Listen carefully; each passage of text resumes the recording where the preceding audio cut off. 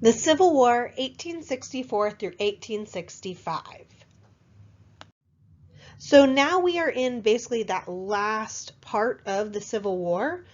Looking at this last year of the war, there's a couple of obstacles that remain. First of all, we've got the Confederate Army of Tennessee that is under Johnston. This is blocking the path into Atlanta, Georgia. And then, of course, we still have Robert E. Lee's Army of Northern Virginia that is protecting Richmond, the capital of the so-called Confederacy. Also, the so-called Confederacy controlled the rich Shenandoah Valley, which is helping like feed Lee's armies and supplying like his cavalry. However, we are going to see some changes at this point in time because in March of 1864, Lincoln is going to have Ulysses S. Grant become the general and the commander of all the Union armies. So Grant is really going to be the one coordinating the Union war effort and directing the Union's armies across like Virginia and the lower South. And really what he's going to do is change the pace of this war. He is going to keep a steady pressure on all fronts. Whereas before, like Union soldiers had long periods of like rest intervening between battles, that is not going to be the case any longer. Basically, the Union knew at this point, and Grant knew, that he had an advantage of superior numbers. And so he's going to propose non-stop warfare.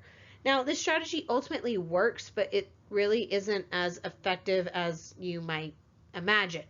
The thing is, Grant does underestimate Lee, and Lee does thwart him for almost a year and inflicts really just horrendous casualties against Grant. We're going to see Confederate forces also are going to manage to keep the Shenandoah Valley in 1864 and maintain those supply lines. So that helps them out in the beginning. Also, the incompetence of some of the Union officers also further eroded Grant's plan. And then he also had to deal with a lot of the officers in the Union really felt this enduring loyalty towards General McClellan, who had been dismissed back in 1862. And a lot of these officers actually considered Grant to be mediocre at best, and that, oh yeah, Grant was succeeding in the West against the Confederate forces, but that's only because those forces were, third rate. So Lee, like I said before, is going to thwart Grant for quite a while. And a lot of this is because Lee is going to hope to make Grant's campaign so costly, so time-consuming, that Grant is forced to abandon it before the South runs out of men and, well, supplies. But Grant doesn't stop. He really does just keep at it. So we see the beginning of this in 1864. Grant and Meade, so these are the Union side, are going to begin a campaign against Lee in the area known as the Wilderness. This is going to be in like thickets of wooded areas and everything, which means actually a lot of the fighting is hand-to-hand combat. And it was extremely frightful. We get, once again, defining casualties being those who, casualties or lost, I should say, are those who are dead, missing, or wounded in battle. So we see in the Wilderness, 18,000 Union soldiers are going to be lost and 10,000 Confederate soldiers. Now, in the past, the Union might have pulled back and rested, but instead, Grant is going to push on. The thing is, every time Grant engages in battle with Lee, Grant's casualties, the North's casualties, are a lot higher. But remember, the North can afford to lose more men. As terrible of a tactic as that is, it was the truth of the matter. And so he continues to pursue Lee, suffers another like 18,000 losses, while the Confederates lose another 11,000 men. This continues on to Cold Harbor. There they battle again. Grant is going to lose 7,000 men in 8 minutes. So we're looking at this. In less than a month, the Army of the Potomac has basically lost 55,000 men.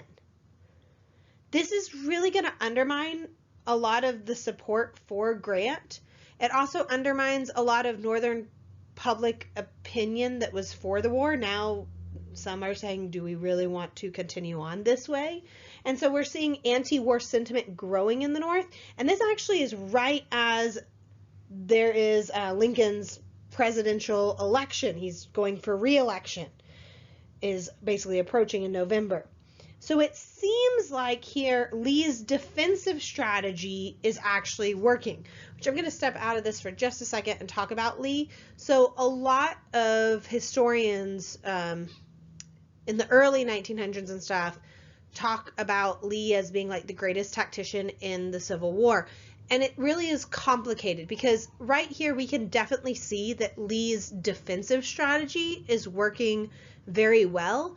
But recently, a lot of historians have come out talking about Lee's strategy previous to this. When we saw like Lee pushing north and having his, the best defense is a good offense strategy. And a lot of historians agree that had Lee not done that, there might have been a larger chance that the South could have perhaps won the Civil War. So it's just an interesting thing I always like to point out here, that now Lee is doing an actual defensive strategy and it seems to be working, but it's kind of like too late at this point in time.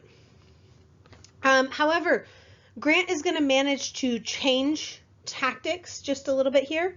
He basically abandoned his direct march on Richmond and instead shifted his army further south. And the idea was maybe to approach the Confederate capital from the rear. So you can see how Cold Harbor is very close to Richmond, but then he doesn't go straight towards Richmond. He kind of jumps around.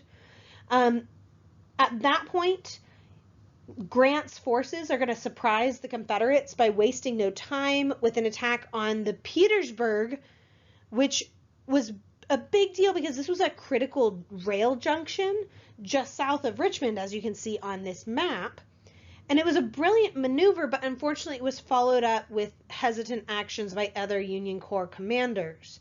And basically this gave Lee time to reinforce the town's defenses, and they dug in for a lengthy siege. Still, Gage is going to continue to engage with Lee. I should say Grant is continuing to engage with Lee in Virginia. However, while all of this is going on, there's more engagements going on further west. This is going to be Sherman, the Union side, is engaging in I've seen it called a deadly dance with the Army of Tennessee in Georgia against Johnston, who is the Confederate commander. So Johnston settled in at Dalton, hoping that Sherman would attack him frontally. But Sherman basically said, nope. And he is going to make a wide swing around the Confederates. So Johnston moves further south rather quickly and would dug in at Ruska. Once again, he's hoping Sherman will attack him from the front. But once again, Sherman says, nope, and swings around without an assault. You can kind of see this looking at that Georgia section, how it's going around and around and around. You can see it's like they're bouncing off of each other almost. Johnston rushes south again, sets up at Cassville. Once again, Sherman swings around. This goes on for 2 months until Johnston actually retreated to a really strong defensive position at the Kennesaw Mountain. Sherman here did launch an attack, and it was a complete disaster for the Union side. The Union has like 3,000 casualties with this attack, whereas the Confederates only lose 600 men.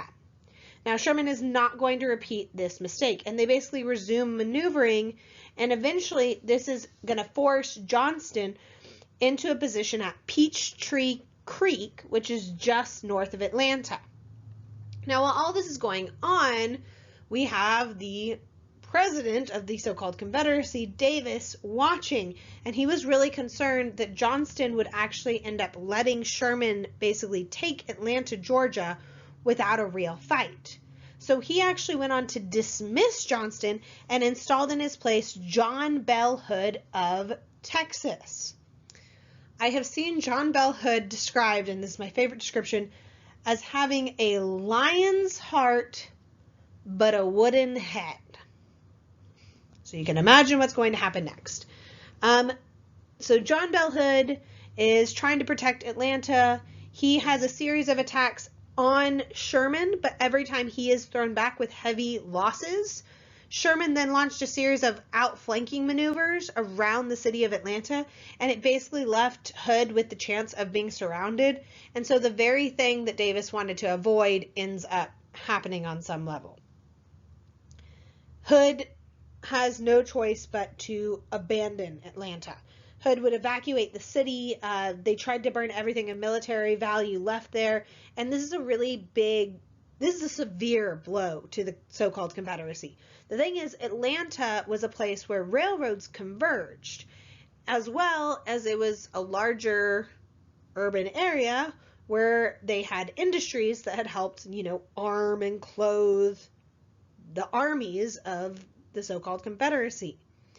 Plus, with taking Atlanta, this basically opens up Georgia's rich farmland and puts it at the mercy of the Union troops under Sherman. This is really going to be that win that the North needed. It revives the morale of a war-weary North and basically ensures Lincoln's re-election. So this is when we see the last hope that maybe a peace candidate would replace Lincoln and prematurely end the war and allow the South to remain separate as their own nation.